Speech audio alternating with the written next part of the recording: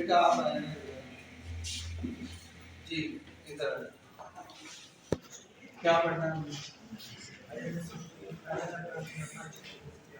वो तो आपने टेस्ट देना था। पहला चैप्टर तो आपने टेस्ट का है, तर्जुमा कुरान और तर्जुमा कुरान का पहला चैप्टर इस्लाम का टेस्ट सेशन का है ना, वो तीसरी रिवीजन है, दूसरी की नहीं। क्योंकि मैंने जब आपको इसको कहा था लेक्चर देने को, तो वो लेक्चर अच्छी तरह नहीं दे सका था।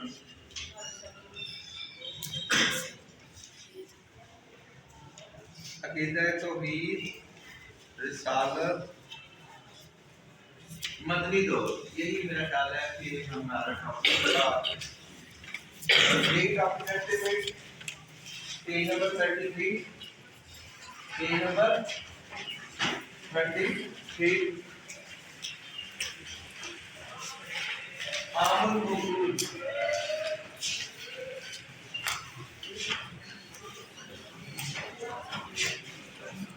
तीसरा टॉपिक है मदनी दौर में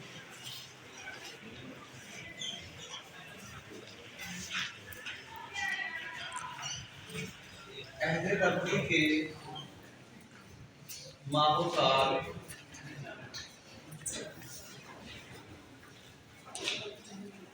उसमें से मदनी दौर जो है वो आपका हम देखते हैं। मदनी दौर में से हम इस साल को डिस्कस करेंगे आज, आमल वसूल को। आम कहते हैं साल को, वफूद वफद की जमा है। तो बज़ाहिर ये लग रहा है कि ये ऐसा साल है जिसमें या तो वफद आए थे या फिर वफूद को भेजा गया था। अब हम पढ़ के इसमें देखते हैं। आम का मानी साल और वफूद जमा है वफद की, जिसका मानी लोगों की जमात है। वफद का मानी क्या है?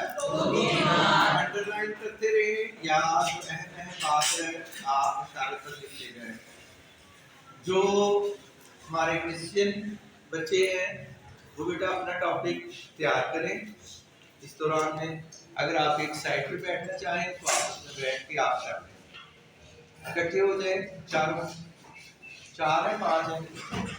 आप लोग अपना टॉपिक जो भी आपका चैप्टर है, कौन सा चैप्टर चल रहा है आपका जी, वो आप देखें। उसमें शॉर्ट क्वेश्चंस भी आपने बनाने हैं, शॉर्ट क्वेश्चंस बनाने हैं बेटा, ठीक है। उसको एक दूसरे के मशवरे से आप बनाए। आप पीछे को मुंह कर लें बेटा।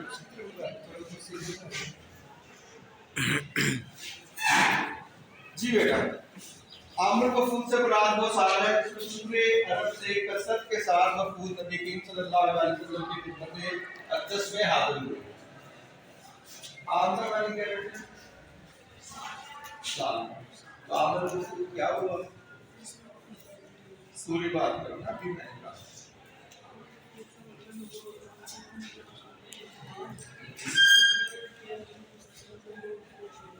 नहीं बेटा, अभी मैंने फिक्र बोला था।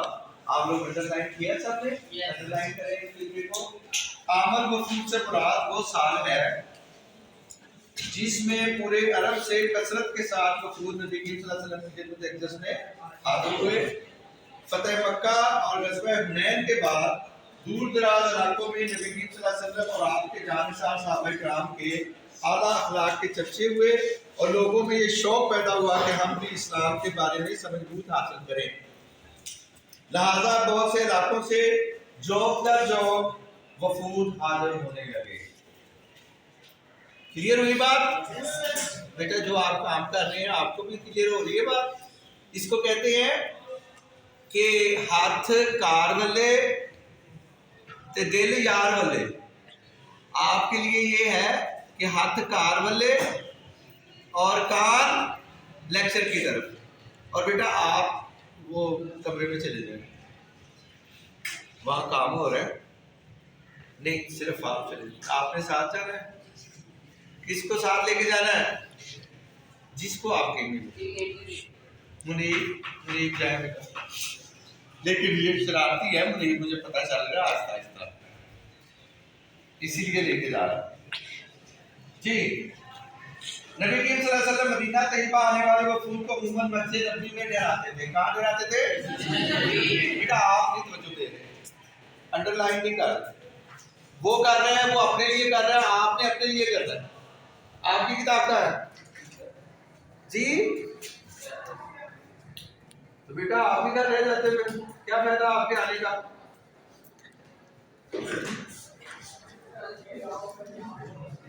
इन वफूद का आना दूर दराज इलाकों से होता था, जिस बात का मुझे सबूत था कि दौरे रिसालत में इस्लाम पूरे जज़ीरे अरब में फैल चुका था। इनके इस्तकबाल और क़यामत आम का इंतजाम नबी सल्लल्लाहु अलैहि वसल्लम के उसने इंतजाम इस्लामी आदाब और करीमाना अखलाक की मिसाल है। वफद बनु तमीम, बनु तमैम भी कहा जाता है, बनु तमीम भी कहा जाता है। बनु तमीम का वफ्द 9 हिजरी के आगाज में मदीना तैयबा हाजिर हुआ। कब हुआ? 9 हिजरी। ये बेटा ये बैठे आप, ये बेटा देखिए जो एमसीक्यूज है वो ऐसे ही बनते हैं बेटा, ऐसे एमसीक्यू बना हुआ है। क्या आप एमसीक्यू बना हुआ बोले, ऊपर खड़े होकर बोले ना, देखिए नीचे और बोले आ रहा है, इधर देख के बोले जी, इधर मेरी तरफ देख के बोले, क्या बना हुआ?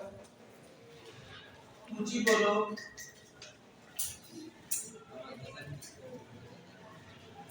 आपके बात मुझे नहीं आ रही, क्या बनु तमैम का वफ्द मदीना तैयबा हाजिर हुआ है, यही है। तो बेटा ये नहीं बताना 9 हिजरी में, मैंने कहा ये अबू तमैम का वफ्द मदीना तैयबा हाजिर हुआ, ये किस लाइन से बना है? फिक्रा क्या क्या है वो, इधर मेरी तरफ देखो, क्या कहा मैंने भी?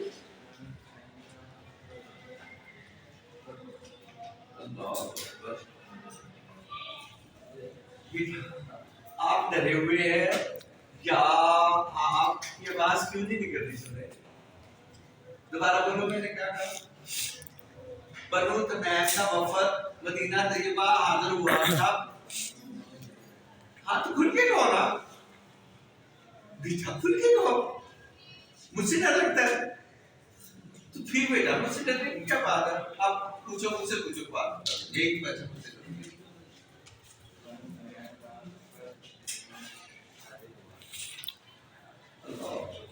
चलिए बेटा, अपने बोलने का स्टाइल होता है, लेकिन जरा खिल के बोलो ना, आपके चेहरे पे जो मुस्कुराहट होगी मुझे वो अच्छी लगेगी। क्यों बेटा, जब बच्चा मुस्कुराता है तो अच्छा लगता है ना?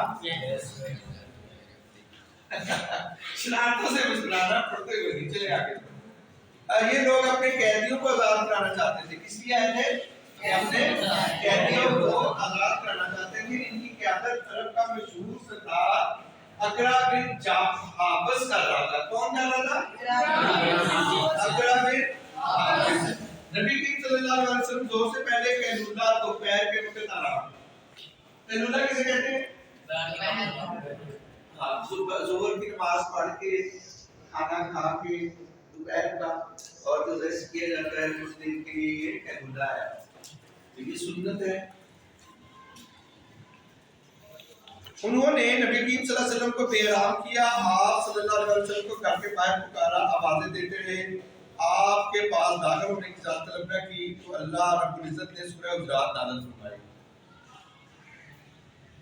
सूरह हुजरात की जो आयत हैं जिसमें नबी करीम सल्लल्लाहु अलैहि वसल्लम के घर आने के आदाब बयान किए गए हैं, उसकी वजह नज़ूल या शान नज़ूल क्या है? सूरह हुजरात की शान नज़ूल क्या है? अभी आपके सामने पेश की है, बोलो ना। हाँ, आप कैलूला फरमा रहे थे, बनु तमैम का वफद आया अकरा बिन हाबिस की सरकर्दगी में, और उन्होंने ऊंची ऊंची घर के बाहर जो है आपको पुकारना शुरू कर दिया। तो सूरह हुजरात में नाज़िल हुई और उसमें बताया गया कि कैसे करते हैं, जिसमें रसूलुल्लाह सल्लल्लाहु अलैहि वसल्लम की बारगाह में हाजिरी के आदाब सिखाए गए हैं कि अपनी आवाज़ों को नबी करीम सल्लल्लाहु अलैहि वसल्लम की आवाज़ से बुलंद ना करो। बेटा आपकी तवज्जो के लिए मैं आपको बताता हूँ, इधर तवज्जो है सबकी। बेटा नबी करीम सल्लल्लाहु अलैहि वसल्लम के रोजे पर जाए ना आप, तो मौजूदा दौर में वहां जो आयत लिखी हुई है, यही आयत वहां सूरह फुरकान की आयत लिखी हुई है कि नबी करीम सल्लल्लाहु अलैहि वसल्लम के, इधर सुनो ना बेटा गौर से, मैं कोई गैर दिलचस्प बात तो नहीं कर रहा। दूसरी दफा बेटा मुझे आपसे बात करनी है, मेरी बात गैर दिलचस्प है या आपका दिमाग खराब है? खड़े हो। कैसी यार आप लोगों के अंदर इतनी जरूरत आ जाती है कि अगर करीम सल्लल्लाहु अलैहि वसल्लम की मैं बात कर रहा हूं और आपकी तवज्जो ही ना हो, कैसे हो जाता है बेटा ये? हाउ डेयर यू यार, नबी करीम सल्लल्लाहु अलैहि वसल्लम की बात हो रही है और आपने मुंह इधर थले किया हुआ है। अजीब तरीका का है बेटा आपको। पूरी मोहब्बत से आपका जो है वो आपकी अंग अंग पुकारना चाहिए कि मैं आकर की बात करें तो आप सुने, पूरे गौर से सुने बेटा। आयत का नाज़िल हुई थी ला तरफाउ अस्वाता फौका सौते नबी, कि अपनी आवाजों को ऊंचा ना करो। और ये आयत जब नाज़िल हुई तो सहाबा इकराम सल्लल्लाहु अजमईन आहिस्ता आहिस्ता बोलते थे कि समझ भी नहीं आती थी, कहीं हमारी आवाज नबी सल्लल्लाहु अलैहि वसल्लम की आवाज ऊंची ना हो जाए। तो वो अदब आप ही है, वो अदब आप ही है, वो अदब आप भी करना है। वो अब कैसे करना है? जब हम रोज़े रसूल पे जाएंगे तो वहां शोर नहीं करेंगे। रोज़ा रसूल पे जाने के लिए भागे दौड़ेंगे नहीं, क्योंकि मस्जिद का एहतराम भी ये तकाजा करता है कि हम ना भागे।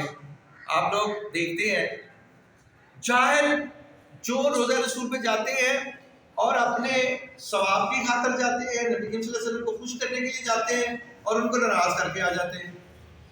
वहां अगर कोई बोलता है तो अदब का तकाजा क्या है कि हाथ बांध के या हाथ बांधे ना बांधे खामोशी के साथ वहां से गुजरते हैं, और दिली दिल में जो नबी करीम सल्लल्लाहु अलैहि वसल्लम से कहना है, जो अल्लाह से कहना है, वो दिली दिल में कहा जाए, खामोशी के साथ, अदब के साथ। आपके जिस्म से, आपके अंदाज से, आपके जेस्चर से ये लगे कि आप अदब कर रहे हैं।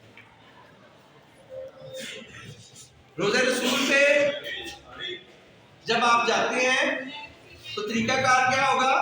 खामोशी के साथ। ला तरफाउ अस्वाता फौका सौते नबी। नबी करीम सल्लल्लाहु अलैहि वसल्लम,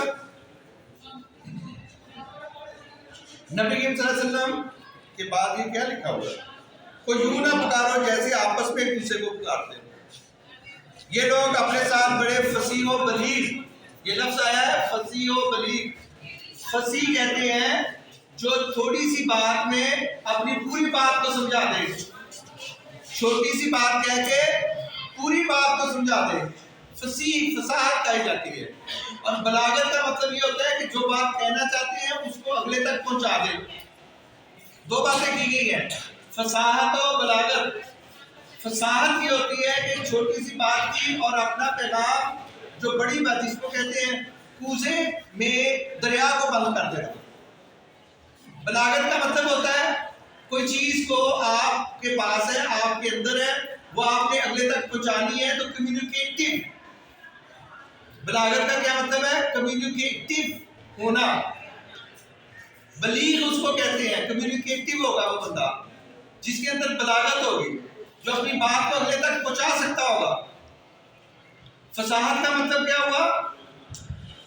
छोटी सी बात कह के पूरी बात समझा देना। खतीब जो खुतबा देता है, जो एड्रेस करता है, जो बात करता है, ये लोग अपने साथ फसीह व बलीग शायर और खतीब लेकर आए थे, जिनके मुकाबले में नबी करीम सल्लल्लाहु अलैहि वसल्लम ने बतौर खतीब हज़रत साबित बिन कैस को जवाब देने का हुक्म दिया। किसका हुक्म दिया?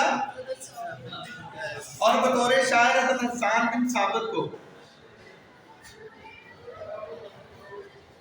कि उठो और जवाब दो। उन्होंने तस्लीम किया कि आप नबी करीम सल्लल्लाहु अलैहि वसल्लम के खतीब और शायर दोनों बहुत आला हैं। अकरा बिन हाबिस बारगाह रिसालत से इतना मुतासर हुआ कि अपने आबाई दीन को अलविदा किया और वफद समेत इस्लाम कबूल कर लिया। एक वफद की बात हुई है, बेटा अगले वफूद को आज आप घर में पढ़ेंगे, 2-3 को, कल फिर इस पर बात होगी। ठीक है, ठीक है बेटा, इस टॉपिक को कंप्लीट करेंगे हम और कल इस पर थोड़ी सी बात होगी। क्लियर है बेटा? अभी भी अगर आपके पास 2-4 मिनट है तो इनको पढ़ लें, जो बातें पूछनी है वो पूछ लें। जो आज पढ़ी है इसमें कोई बात पूछने वाली है तो पूछ लें। नहीं, बात समझ में आ गई है? जी बेटा, आपने क्या किया? जी क्या आज तो टेक्स्ट बुक नहीं है।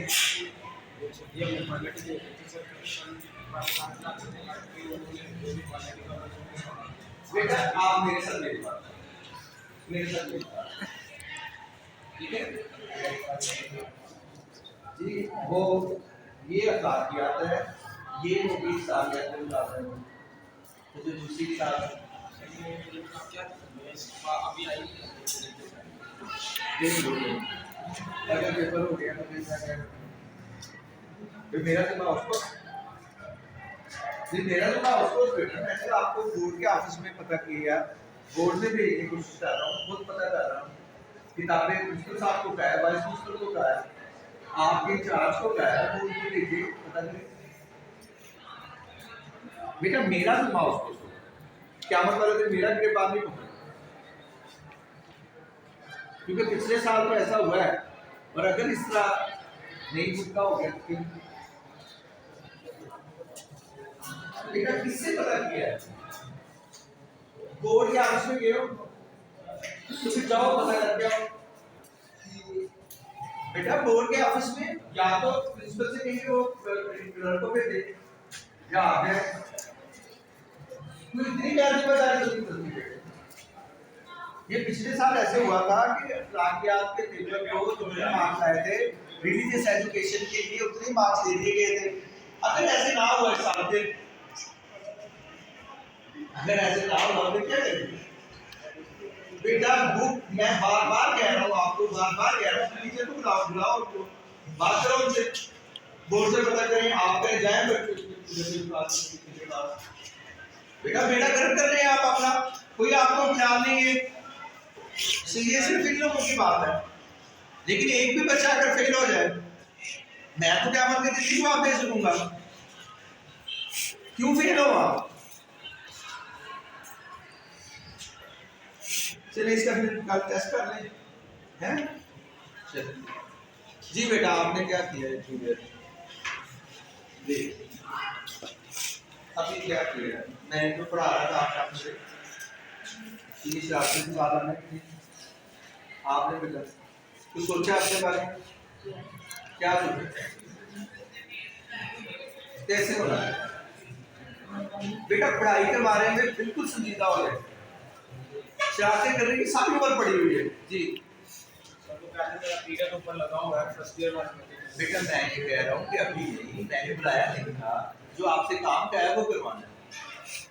आज आपने घर नहीं जाने जब तक आपको मसला हल ना हो, जब सीधा बोर्ड के ऑफिस में जाए, बड़े हो गए हैं खुद जा सकते हैं।